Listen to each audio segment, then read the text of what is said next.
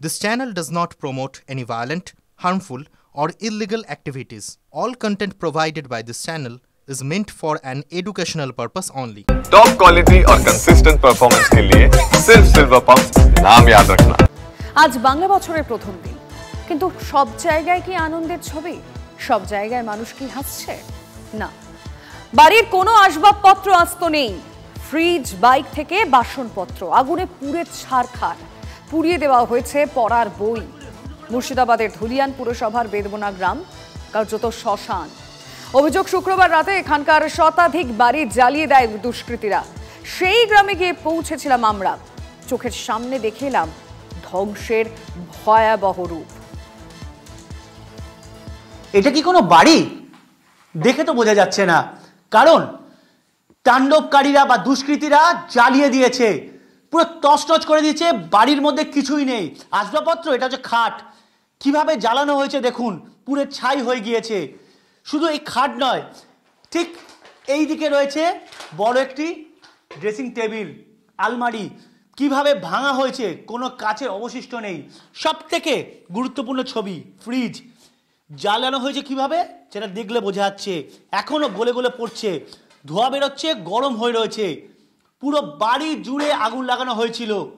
দুষ্কৃতীরা যেভাবে এই বেদবোনা গ্রামের একের পর এক বাড়ি জ্বালিয়েছে, বাড়িকে নষ্ট করেছে, তছনছ করেছে, লুটপাট করেছে, তা এই ধরনের বাড়িতে আসলেই ভালোভাবে দেখা যাচ্ছে। আমি আরও একটা ছবি অর্ঘ্যকে দেখাতে বলবো। ঠিক পাশের ঘরেও ঠিক এভাবেই পুরো তছনছ করে জ্বালিয়ে দেওয়া হয়েছে। এখনও সেই জ্বালানোর গন্ধ বেরোচ্ছে। খাট ছিল, সে খাট এবং কাগজপত্র জ্বালিয়ে দেওয়া হয়েছে। একটি বড় ড্রেসিং টেবিল, বড় আলমারি, সেটা পর্যন্ত শেষ করে দেওয়া হয়েছে। কিছুই অবশিষ্ট নেই। দুষ্কৃতীরা এত সাহস পাচ্ছে কিভাবে? আমার বাড়ি, আমার বাইক, আমার দোকান, সোনা দানা যা ছিল সব লুটপাট করে নেওয়া হয়েছে। বা আমাকে আদার্স বাড়ি থেকে বার করে নিয়ে গিয়ে হাতুড়ি হেঁচা লাঠি নিয়ে আমাকে মারধর করা হয়েছে। মাথা টাথা সব ফাটিয়ে দিয়েছে। সব হাতুড়ি ছিল, সব কুরল ছিল, হেঁচা ছিল, ছেনি ছিল, লাঠি ছিল, সব যে যাই নিয়ে পেরেছে সব মেরেছে আমাকে এসে বলছে বাড়ি থেকে বার না তো আগুন লাগিয়ে দেবো, মেরে ফেলে দেবো। এখন কিছুই নাই, এখন আমরা হাত পান শুধু নিয়ে আছি। আমার তো পরনে কোনো কাপড়ই নাই, সব বাড়িতে জ্বালিয়ে দেওয়া হয়েছে। শুধু একটা গামছা নিয়েছে, একটা নুঙ্গি আছে, আমি তার লোকের পরে নিয়ে বাড়াচ্ছি। ছেলে মেয়েকে নিয়ে ওকে বলছে কি বাঁচাও দে, ওর বাড়ি ছুটে আমরা বেরিয়েছি কোনো মতন করে। আমার স্বামীটাকে কখন টেনে নিয়ে গেছে আর রায় চিত্তর করে কি কাকা করলো তো দেখতে পাই না। ও কাঁদছি চিয়া বিয়া করে, বাচ্চাটা মরে যেত যখন করেছে, গ্যাসটা করেছে। এরা হচ্ছে এখন সব থেকে মূলধন হচ্ছে যে টিএমসির আছে নেতারা, সব মানে ওদের হাত।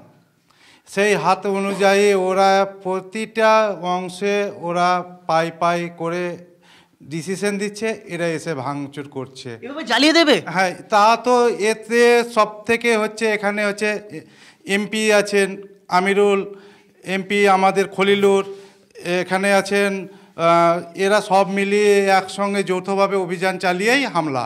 মানে এরা যখনই এসে যাওয়ার পরেই সব হামলা চালু। কিন্তু আপনারা আগামী দিন নিরাপদে থাকবেন কি করে? এই যে অবস্থা, নিরাপদে থাকতে পারবেন? আমরা তো নিরাপদের আশাই করতে পারছি না। এই জন্য আমরা কোনো এখন মুখ্যমন্ত্রীর ভরসা করতে পারছি না। তা আমরা চাইছি যেন সেন্ট্রালের আমাদের যে কেন্দ্রশাসিত অঞ্চল হোক, সেটা আমরা চাইছি। না হলে আমরা কোনো রকম আমরা বাঁচতে পারবো না। আমরা যে কোথায় থাকবো তাও এখনও বলতে পারছি না। আমরা এখন সবসময় ঘর হারা, ঘর ছাড়া, সম্পত্তি বলতে কিছুই নেই, সব শেষ। আমি আর একটা ছবি অর্ঘ্যকে পাশের বাড়িতে ছবি দেখিয়েছিলাম, আরও একটা ছবি, বাচ্চাদের পড়াশোনার বই নষ্ট করা হয়েছে কিভাবে। 130টি বাড়ি জ্বালিয়ে দেওয়া হয়েছে। অর্ঘ্যকে বলবো আরও একটি ছবি দেখাতে। ঠিক বাড়ির পেছনে হচ্ছে রান্নাঘর এবং গোয়ালঘর, সব ছিল। কিভাবে তছনছ করা হয়েছে, পুরো এলাকা জুড়ে এভাবেই তছনছ করা হয়েছে, কিছুই নেই। এই মানুষগুলো আদৌ কি বাড়িগুলোতে ফিরতে পারবেন? তারা কি এই বাড়িতে নতুন করে শুরু করতে পারবেন? প্রশ্ন কিন্তু রয়েই গেল। ক্যামেরায় অর্ঘ্য চট্টোপাধ্যায়ের সঙ্গে সায়ন্ত ভট্টাচার্য, TV9 বাংলা, বেদবোনা, শামশেরগঞ্জ।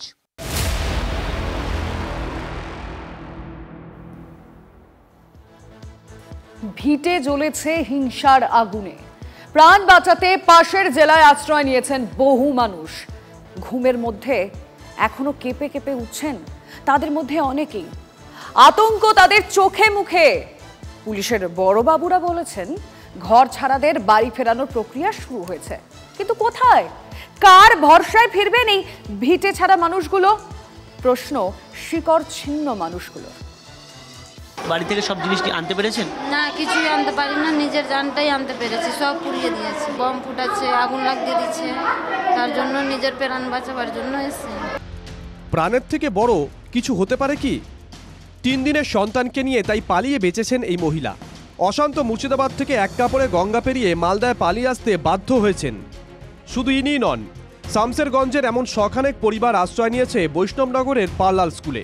নিজের ঘর ছেড়ে স্কুলের মাটিতে ঠাঁই, নাওয়া খাওয়া ঘুম সব মাথায় উঠেছে। এখনো ভুলতে পারছেন না অকথ্য অত্যাচারের কথা। আমাদের উপরে অত্যাচার করছে, আমরা শুক্রবার থেকে ঘুমাতে পারছি না, আমাদের গ্রামে ঢুকে গেছিল, বাড়ি ঘরে আগুন লেগে দিচ্ছে, হাঁসা কাতলিয়া কাটতে আসে আর চিন্তাই করলিছে, গন্ডা গেঠি যা আছে সব নিয়ে চলে যাচ্ছে। ওই যে ওরা মিছিল বের করেছিল তখন থেকে অত্যাচার করছিল, জল আবার বিষ মিশিয়ে দিল। নিজের গ্রাম থেকে উদ্বাস্তু হয়ে প্রায় 1000-এর ওপরে মানুষ এখন এই পার্লালপুর হাই স্কুলে রয়েছেন। তাদের ভবিষ্যৎ কী হবে তা তারা নিজেরাও জানেন না। তাদের স্বামী বা তার পরিবারের পুরুষরা কিন্তু অনেকেই এখনও পর্যন্ত বাইরে রয়েছেন, তারা মুর্শিদাবাদে হয়তো রয়েছেন। তারা কি অবস্থায় রয়েছেন সেই খোঁজ খবরটুকুও তারা পাচ্ছেন না। এই অবস্থায় আতঙ্কে কোনো রকমের দিন গুজরান করছেন। মুর্শিদাবাদে অশান্তির আগুনেই কি রাজনীতির রুটি শাখা চলছে? সোমবার এই ত্রাণ শিবিরে হাজির হন রাজ্য বিজেপির সভাপতি। সুকান্তকে সামনে পেয়ে কান্নায় ভেঙে পড়েন ঘর ছাড়ারা। এখানকার বাসিন্দা আমাদেরকে নিয়ে এসেছে, আমরা জান বাঁচিয়ে জান বাঁচার জন্য এখানে এসেছি পালিয়ে। আমাদের শরীরে হাত দিয়েছে, কাপড়টা পানি করছিল, আমাদের মা বোনদেরকে করেছে কিছুটা। আমরা বলেছি কি দেখো তোমাদের পায়ে পড়ছি, তোমাদের পা ধরছি, তোমাদেরকে অনুরোধ করছি বাবু, কিন্তু আমাদের কিছু কথা শুনে না বাবু, আমাদের কিছু কথা শুনে না। একটাকে রেপ করেছে, রেপ করে মেরে ফেলে দিয়েছে বাবু। সব শুনে সুকান্ত জানালেন আদালতে গিয়ে এর বিহিত করবেন। কোর্টে যাব, কোর্টে গিয়ে হাইকোর্টকে বলবো, রাজ্য সরকারকে নির্দেশ দিতে, তাদের বাড়ি ঘর ভাঙা হয়েছে তাদেরকে রাজ্য সরকারকে ক্ষতিপূরণ দিতে হবে, ক্ষতিপূরণ দিয়ে সুরক্ষা দিয়ে তারপর বাড়ি পাঠাতে হবে এদের, নাহলে হাইনাদের মুখে ছেড়ে দেওয়া যাবে না। এই যে পিনাট্টা সাহেবের ফোন এসেছিল, কথা হয়েছে, তাকে সব জানিয়েছি। আমি মাননীয় গৃহমন্ত্রী সাহেবের সাথেও কথা বলবো, সমস্ত বিষয় জানাবো। ইতিমধ্যে ঘরছাড়াদের এলাকায় ফিরিয়ে আনার প্রক্রিয়া শুরু হয়েছে বলে পুলিশের দাবি। লোকদের মধ্যে যেই কনফিডেন্স আসবে, most of them will come back and the process, যেটা বললাম, উইথ দি অ্যাক্টিভ সাপোর্ট। কালকে মালদা পুলিশ নিজেরা উদ্যোগ নিয়ে ওনাদের বাড়িতে নিয়ে এসছেন এবং দে হ্যাভ কাম ব্যাক। আপনারা সেটা অন গ্রাউন্ড আপনারা ভেরিফাই করে নিতে পারেন এবং that process will continue. Confidence, আস্থা, এই শব্দগুলো কি এই শিকড় ছিন্ন মানুষগুলোর কানে এখন ঢুকবে? এরা তো এখন ঘরপোড়া গরু।